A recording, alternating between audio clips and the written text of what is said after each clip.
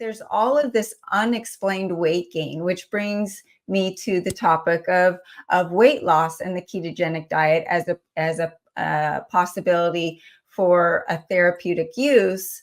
But do you want to be doing it long term? So if you could talk about how that can help with weight loss, it's obviously tied to, calories are calories. So caloric restriction is part of it, but possibly this appetite suppressant effect, the insulin sensitivity effect. But I want to get into, is it, long term, is that good? Or is there a balance there? Yeah. Well, I think it's a good question. If we look at validated applications of the ketogenic diet, weight loss would be one of them. Evidence-based applications based upon the literature. A ketogenic diet, I'm not like, a randomized control trial fundamentalist, an RCT fundamentalist, if you want to use it. I heard someone use that term recently because you have to realize that most RCTs are funded by an entity, could be mostly pharma, that want to kind of prove a point. But a ketogenic diet does have about 6 RCTs behind it for different applications. Of course, epilepsy and the things that kind of we study. But in regards to weight loss, yeah, there's good evidence. I'm looking at, I have PubMed open right now. I think there's about 25 clinical trials that would support. I know one of them's 52 weeks, another's 2 years, because you asked about sustainability. I think in the right environment and you screen out and get the right people. What we've learned is that, when you do a clinical trial up front, you really have to, even with the best screening, and you have people that are super enthusiastic and they're like, okay, I'm on this diet, but I'm fully enthusiastic to follow this and committed.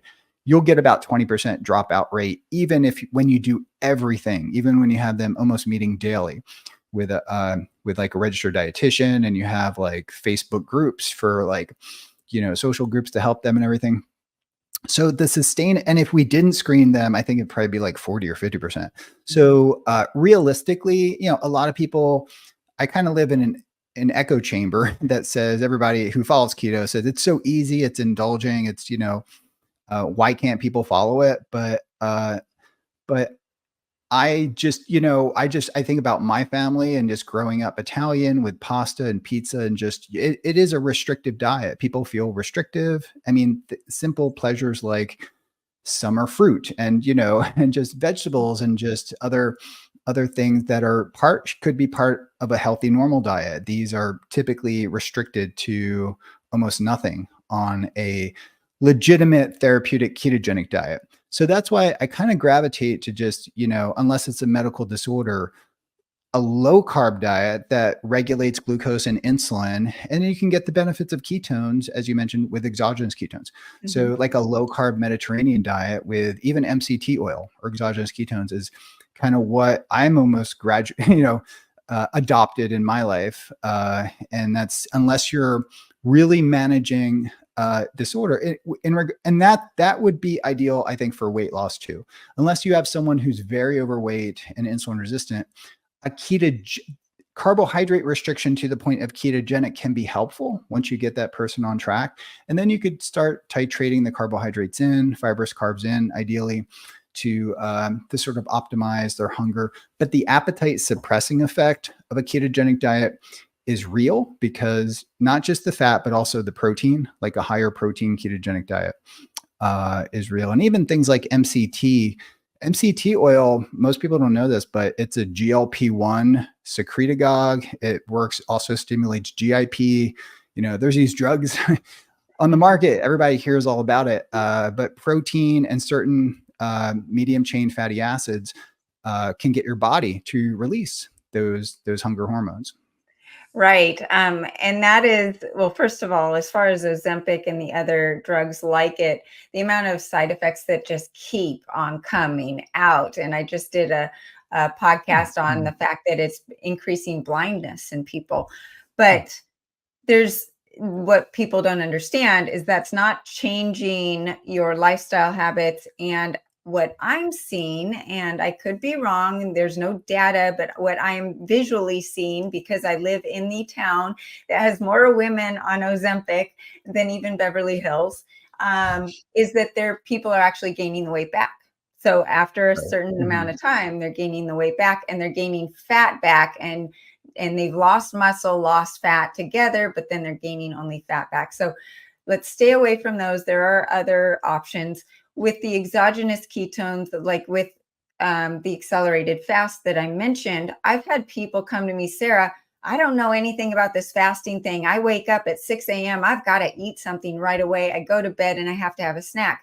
And then 2 weeks in, they're like, what did you just do to me? It's 3 p.m. and I'm still not hungry because it suppressed my appetite. And one of the negative side effects that people say with being on a ketogenic diet is that it's stressful, right? It's a hormetic stressor. And if you're already stressed, that's stressing your body too much. What I like about exogenous ketones is I believe it's taking that stress away because your body's not stressed. It has a different fuel system other than that glucose. So it's calmed down, but then you're still getting that benefit of maybe a little more intermittent fasting than you would normally do. And you can incorporate the whole food carbs to titrate according to your activity level, your age, your hormonal balance, and all of that. And when you get into female health, different times of your cycle, you need more carbs or you need less. And this is something that I'm teaching my daughters because they're athletes. There's different times of the month that they want to try to PR on their erg scores for rowing versus other times of the month. So with women, it's more of a roller coaster and it's a little more of a delicate dance.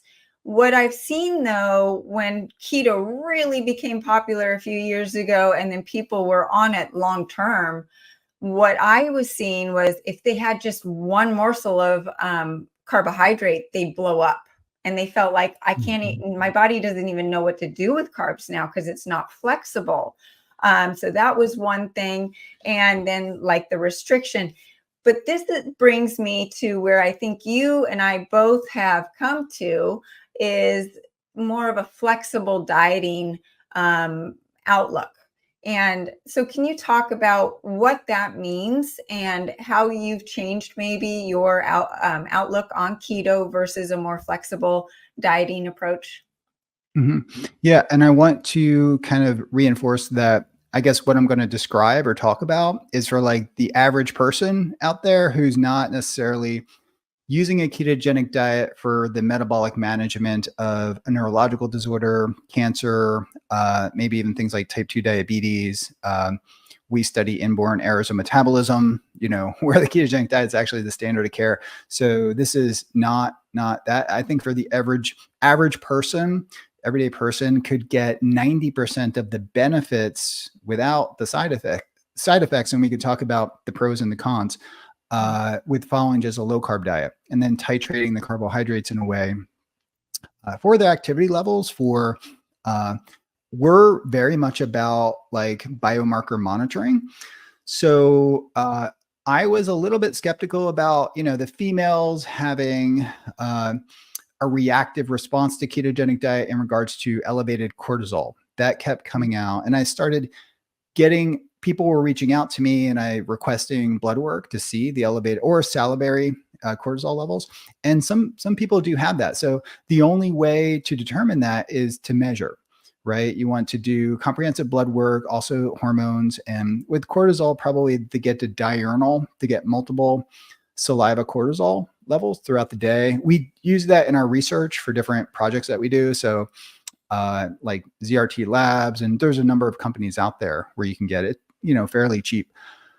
So, so ketogenic diets some people respond remarkably well, and they actually have no overt signs of like hormonal dysregulation.